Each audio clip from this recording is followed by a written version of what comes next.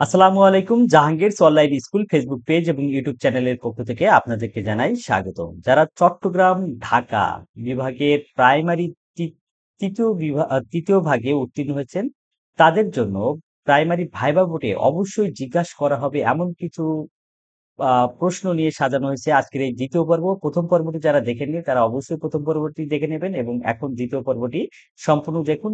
ভিডিওটি না টেনে সম্পূর্ণ দেখুন, কারণ প্রাইমারি ভাইবা সংক্রান্ত আমার যে অভিজ্ঞতা সেই জায়গা থেকে সাজানো হয়েছে এই পর্বটি।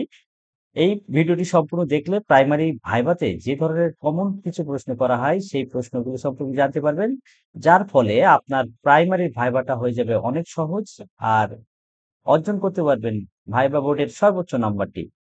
তো আপনারা জানেন যে প্রাইমারি ভাইভাতে এবারে কিন্তু 25 নম্বর নির্ধারণ করা হয়েছে, অন্যবার সেখানে 20 নম্বর থাকে, এবার কিন্তু 25 নম্বর, যেখানে সার্টিফিকেটে 10 নম্বর, বাকি 15 নম্বর হচ্ছে আপনার ব্যক্তিত্ব, আপনার প্রকাশভঙ্গি, আপনার সাংস্কৃতিক কর্মকাণ্ড, আপনার সাধারণ জ্ঞান ইত্যাদি দেখেই কিন্তু তারা নাম্বারগুলো দেবে। তো মূল ভিডিওতে যাওয়ার আগে আমি কিছু কথা বলে নিই। আমি জি এম জাহাঙ্গীর আলম, সাবেক ঢাকা বিশ্ববিদ্যালয়ের স্টুডেন্ট এবং প্রাইমারি সহকারী শিক্ষক হিসেবে কিছুদিন চাকরি করেছি সরকারি প্রাথমিক বিদ্যালয়ে, এবং বর্তমানে নন ক্যাডার হিসেবে মাধ্যমিক এবং উচ্চ শিক্ষা অধিদপ্তরে কর্মরত আছি। আমি প্রথম এবং দ্বিতীয় ধাপের পরীক্ষার্থীদের জন্য ভাইবা ব্যাচ চালু করেছিলাম। সেখানে আমার স্টুডেন্টরা এই আমার ভাইবার নোটগুলো নিয়ে তারা কিন্তু সাফল্যের সাথে খুবই হাইলি স্যাটিসফাইডলি তারা কিন্তু পরীক্ষা দিয়েছে। আর তৃতীয় ধাপে অসংখ্য স্টুডেন্ট ইতিমধ্যে আমাদের সাথে ভর্তি হয়ে গেছেন। আমাদের 15টি পিডিএফ শিট সাজানো গোছানো একদম সুন্দরভাবে আপনাদের জন্য তৈরি করা হয়েছে এই নোটগুলো, এবং 10টি লাইভ ক্লাস করলে ইনশাআল্লাহ এর বাইরে কোনো কিছু পড়া লাগবে না, আপনাকে কষ্ট করে কোনো কিছু নোট করতে হবে না, সুন্দরভাবে নোট করা হয়েছে। তো আমার এই ব্যাচ এবং নোটে যারা নিতে চান তারা স্ক্রিনে দেওয়া নাম্বারে 09990500948 এই নাম্বারে হোয়াটসঅ্যাপ নক করুন, আপনাদের সার্বিক সহযোগিতা করবো ইনশাল্লাহ। তো আসুন, ভাইবা বোর্ডে কমন যে প্রশ্নগুলো করে সেই প্রশ্নগুলো কেমন হয় দ্বিতীয় পর্ব একটু জেনে নেই। তো অবশ্যই রিকোয়েস্ট করবো ভিডিওটি শেয়ার দিয়ে রাখুন, কারণ এই গুরুত্বপূর্ণ ভিডিওটি যাতে আর আপনার টাইম লাইনে হেঁকে যায়, হারিয়ে যাওয়ার সম্ভাবনা না থাকে। আর চাকরি সংক্রান্ত যে কোনো আপডেট পেতে সবার আগে এই চ্যানেলটি লাইক ফলো দিয়ে রাখুন। তো বাংলাদেশ এবং আন্তর্জাতিক সম্পর্কিত অসংখ্য প্রশ্ন ভাইবা বোর্ডে হতে পারে। তো সবচেয়ে কমন যে প্রশ্নগুলো হয়ে থাকে এই ধরনের প্রশ্ন থেকে, যেমন মাননীয় প্রধানমন্ত্রী শেখ হাসিনার নেওয়া 10টি মেগা প্রজেক্টের নাম বলুন। মাননীয় প্রধানমন্ত্রীর নেওয়া 10টি মেগা প্রজেক্ট, আপনারা জানেন সবচেয়ে বড় প্রজেক্ট ছিল আহ পদ্মা সেতু, metro rail, Dhaka expressway, Rooppur পারমাণবিক বিদ্যুৎ কেন্দ্র সহ এরকম কিন্তু তার বড় বড় প্রজেক্ট আছে।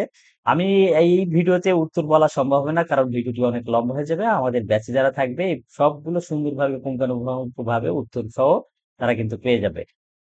বর্তমান সরকারের 5টি বড় অর্জনের কথা বলুন, এরকম প্রশ্ন হতে পারে। বর্তমান সময়ে দেশে বিদেশে সবচেয়ে আলোচিত 3টি ঘটনার নাম বলুন। সুতরাং আপনাদের সাম্প্রতিক সাধারণ জ্ঞান সম্পর্কে কিন্তু দারুণ ধারণা রাখতে হবে। আপনারা জানেন যে 2টা বিভাগ হতে চলেছে, একটা পদ্মা এবং মেঘনা।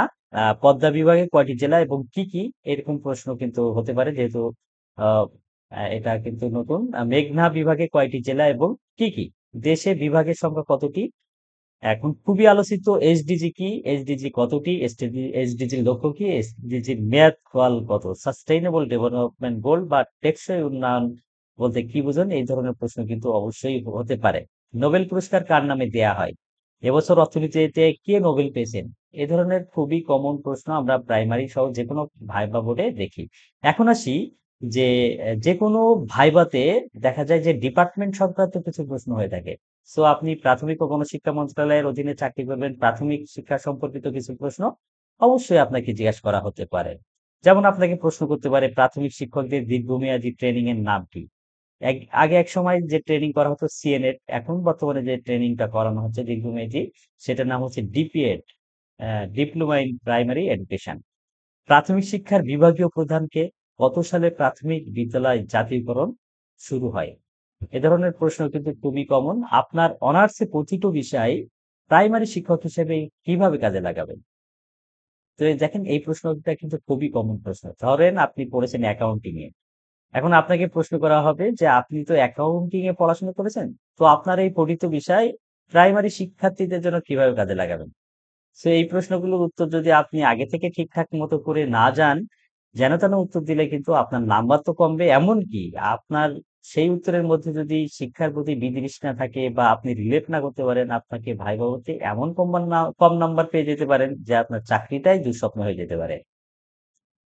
তারপরে এই প্রশ্নটা খুবই কমন, কেন আপনি শিক্ষক হতে চান? সাপোজ আপনি পড়েছেন ইকোনমিক্সে, অ্যাকাউন্টিং এ বা অন্য কোনো সাবজেক্টে, বলবে যে আপনার তো অ্যাকাউন্টিং এ পড়ে ব্যাংকে যাওয়ার কথা, আপনি এখানে কেন? অর্থনীতিতে পড়ে আপনি ব্যাংকে যাওয়ার কথা, এখানে কেন? সেক্টর অনেক প্রশ্ন হতে পারে। তো কেন শিক্ষক হতে চান? এটা কিন্তু আপনাকে খুব সুন্দর সাবলীল ভাবে আগে থেকে ভেবেচিন্তে বা তৈরি করে আপনি যদি না যান বোর্ডে, তাহলে কিন্তু ধরা খাবেন। সো এই প্রশ্নগুলো খুব সাবধানতার সাথে উত্তর দিতে হবে। একজন শিক্ষকের কি কি গুণ থাকা দরকার? এটাও খুবই কমন প্রশ্ন। এবং প্রাইমারি ডিপার্টমেন্ট সম্পর্কে কিছু ইলাবোরেশন খুবই জানা দরকার, যেমন মমপি, MOPME, এটা প্রাথমিক ও গণশিক্ষা মন্ত্রণালয়ের একটা অ্যাব্রিভিয়েশন। ন্যাব, DPEd, URC, BANBEIS, NCTB, IPE, MIS, এগুলোর পূর্ণরূপ কিন্তু জানতে চাইতে পারে।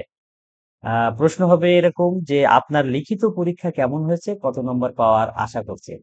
আপনারা অবশ্যই মনে রাখবেন, আপনাদের লিখিত পরীক্ষার নাম্বার কিন্তু তাদের হাতে নেই। সুতরাং আপনার লিখিত পরীক্ষার নাম্বার কত হয়েছে, কেমন হয়েছে, এটা এক্ষেত্রে সবসময় পজিটিভ বলবেন, খারাপ হলেও বলবেন যে আলহামদুলিল্লাহ মোটামুটি ভালো হয়েছে, এরকম উত্তর দেবেন। আর যদি বলেন খারাপ হয়েছে, তাহলে আপনি যে খারাপ স্টুডেন্ট সেটা কিন্তু তারা ধরে নেবে। সো আপনি সবসময় ভালোটাই বলার চেষ্টা করবেন। আপনার সাংস্কৃতিক কর্মকাণ্ড সম্পর্কে যাচাই বাছাই করা হবে, সেখানে নাম্বার আছে। সো আপনাকে বলবেন নাটক সিনেমা দেখেন কিনা। যদি স্কুলে হেড টিচার না থাকেন, তখন স্কুলের বাচ্চারা মারামারি করলে আপনি কি করবেন? এই যে দেখেন, এখানে কিন্তু আপনাকে জাজ করার একটা সুযোগ তৈরি হবে ভাইবা বোর্ডে, যে বাচ্চারা মারামারি করলে আপনি কি করবেন, সেটা কিভাবে উত্তর দিচ্ছেন সেটা কিন্তু যাচাই করবে। অনেকে অনেক রকম উত্তর দিবে, সবাই উত্তর দিয়ে আসবে, কিন্তু আপনি কিভাবে কতটা সুন্দরভাবে ও উত্তরটা দিচ্ছেন, এবং সেই উত্তরের মাধ্যমেই আপনার নিহিত থাকবে যে আপনি সত্যিকার অর্থে স্কুলের পরিবেশ শৃঙ্খলা রক্ষা করতে পারবেন কিনা, শিক্ষক হিসেবে আপনাকে নিয়োগ দেওয়া যায় কিনা। সো এই সমস্ত প্রশ্নের উত্তর কিন্তু ভালোভাবে শিখে যেতে হবে। পঞ্চম শ্রেণীতে কয়টি বিষয় পড়ানো হয় সেগুলোর নাম বলেন। ছাত্রছাত্রীদের পড়াতে পারবেন? এর আগে কোথাও ক্লাস নিয়েছেন?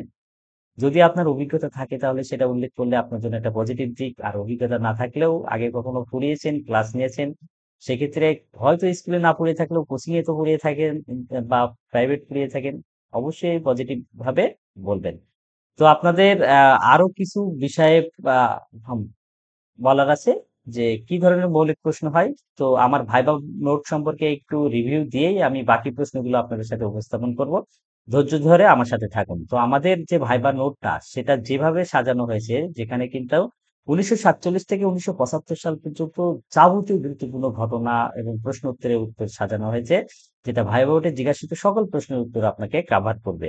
বাংলাদেশের মুক্তিযুদ্ধ, পাক বাহিনীর গণহত্যা, মুক্তিযুদ্ধকালীন সরকারের কাঠামো, আপনাদের গুরুত্বপূর্ণ প্রাইমারিতে যে ট্রান্সলেশন গুলো ধরে সেগুলোর প্রশ্ন উত্তর, বেসিক গণিত ভাইবা, গণিত থেকে যে প্রশ্ন জিজ্ঞাসা করা হয়, বহির্বিশ্বের ভূমিকা, মুক্তিযুদ্ধের শহীদ হিসেবে আত্মসমর্পণ, আপনার নিজের জেলা সম্পর্কিত যে প্রশ্ন, যে আপনার জেলার নামকরণের ইতিহাস, আপনার জেলার বিখ্যাত ব্যক্তি, স্থাপনা ইত্যাদি যে প্রশ্ন, বঙ্গবন্ধু, আহ মাননীয় প্রধানমন্ত্রী শেখ হাসিনা পদক পদবী, সাম্প্রতিক সাধারণ জ্ঞান, এমনকি প্রাথমিক শিক্ষা বিষয়ক প্রতিষ্ঠান, ভাইবা নির্দেশনা, সংবিধান, জেলা, বিভাগ, সাম্প্রতিক সাধারণ জ্ঞান, আপনার পঠিত সাবজেক্ট, সেটা যে সাবজেক্ট হোক, বাংলা, ইংরেজি, অ্যাকাউন্টিং, সবকিছু কিন্তু সাজিয়ে গুছিয়ে নোট তৈরি করা হয়েছে আমাদের কাছে। এবং 10টি লাইভ ক্লাস দিয়ে আপনাকে সম্পূর্ণ সাপোর্ট দেবে, হোয়াটসঅ্যাপ গ্রুপে সাপোর্ট পাবেন। যারা আমাদের এই ব্যাচে ভর্তি হতে চান, স্ক্রিনে দেওয়া নাম্বারে 0199050948, এই নাম্বারে হোয়াটসঅ্যাপ নক করুন, আমি নিজেই আপনাদের সাথে হেল্প করব। আসুন তো প্রাইমারি ভাইবা বোর্ডে যে প্রশ্নগুলো অবশ্যই জিজ্ঞাসা করা হবে তার বাকি অংশগুলো দেখে নিই। যে বাচ্চাদের যুক্ত বর্ণ কিভাবে শেখাবেন? চাকরি দিলে আপনি কি করবেন, কেন করবেন? বিশ্ববিদ্যালয়ে পড়াশোনা করে প্রাইমারি শিক্ষক হতে চান কেন? এই যে আমাকে এই প্রশ্নটা করা হয়েছিল, বিশ্ববিদ্যালয়ে পড়াশোনা করে প্রাইমারি শিক্ষক হতে চান কেন? সো এইখানে যারা ভালো জায়গা থেকে পড়াশোনা করে এসেছেন, এই জায়গার উত্তরটা যদি আপনি ভালোভাবে না দিতে পারেন, তারা যদি বুঝতে পারে যে আপনার অ্যাম্বিশন বিসিএস বা অন্য কিছু, তাহলে কিন্তু আপনার চাকরি নাও হতে পারে। সো এই সমস্ত উত্তর কিন্তু সিনসিয়ারলি সাবধানতার সাথে দিতে হবে। বিসিএস দিচ্ছেন না, তো এটাও কিন্তু জিজ্ঞাসা করবে, গান কবিতা আবৃত্তি করতে পারবেন? জাতীয় সঙ্গীত গেয়ে শোনাতে পারবেন? মনে রাখবেন ভাইবা বোর্ডে অবশ্যই আপনার কবিতা, গান, আবৃত্তি এমনকি নাচতেও হতে পারে। সেজন্য অবশ্যই প্রস্তুতি নিতে হবে কোন ধরনের গান বাছাই করবেন, কোন ধরনের আবৃত্তি করবেন ইত্যাদিও কিন্তু একটা বিবেচ্য বিষয়। সবকিছু থাকবে আমাদের এই ভাইবা বোর্ডে। এরপরে আরো আন্তর্জাতিক যে বিষয়গুলি থেকে প্রশ্ন করে কনসার্ট ফর বাংলাদেশ সম্পর্কে কিছু জানো? মুজিবনগর সরকারের শপথ অনুষ্ঠানে কেন আম্রকাননে কাননে হয়? অর্থাৎ মুজিবনগর সরকারের শপথ অনুষ্ঠান কেন আম্রকাননে হয়? মুক্তিযুদ্ধ ও স্বাধীনতা যুদ্ধের মধ্যে পার্থক্য বলবেন। মুক্তিযুদ্ধ কি জনযুদ্ধ ছিল? এই ধরনের অসংখ্য প্রশ্ন কিন্তু আপনাদের করা হবে। মুক্তিযুদ্ধের চেতনা কি? মুক্তিযুদ্ধে আপনার এলাকার সেক্টর কমান্ডার কে ছিলেন? আপনার জেলা মুক্তিযুদ্ধের কত নম্বর সেক্টরের অধীনে ছিল? সেক্টর কমান্ডার কে ছিলেন? ৭ জন বীরশ্রেষ্ঠের নাম পদক বলুন। আপনার জেলার আহ কয়েকজন মুক্তিযোদ্ধার নাম বলুন ইত্যাদি প্রশ্ন কিন্তু জিজ্ঞাসা করা হবে। এছাড়া আরো যে কথা বলতে পারে যে একটা ছড়া শোনান। ছড়ায় কি অর্থ থাকতে হয়? অর্থ নেই এমন একটি ছড়া আমাদের শোনান। ইত্যাদি কিন্তু প্রশ্ন হতে পারে। এছাড়া আরো অনেক প্রশ্ন আপনাদের হতে পারে। জাস্ট আমি কমন কিছু বিষয় নিয়ে আলোচনা করলাম। দেখা হবে অন্য কোনো বিষয়ে, অন্য কোনো ভিডিওতে। আর যদি আমার ভাই ব্রাদার্সে ভর্তি হতে চান, অবশ্যই স্ক্রিনে দেওয়া নাম্বারে যোগাযোগ করুন। আমি আপনাদের সাথে যোগাযোগ করব। আর অনেক মেসেজ আসছে, কল আসছে। আমি হয়তো টাইমলি রিপ্লাই দিতে পারছি না। এজন্য দুঃখ প্রকাশ করছি। তবে হ্যাঁ, দেরিতে হলেও সবাইকে রিপ্লাই দেওয়ার চেষ্টা করব। সবাইকে ধন্যবাদ। আল্লাহ হাফেজ। দেখা হবে অন্য কোনো বিষয়ে, অন্য কোনো ভিডিওতে।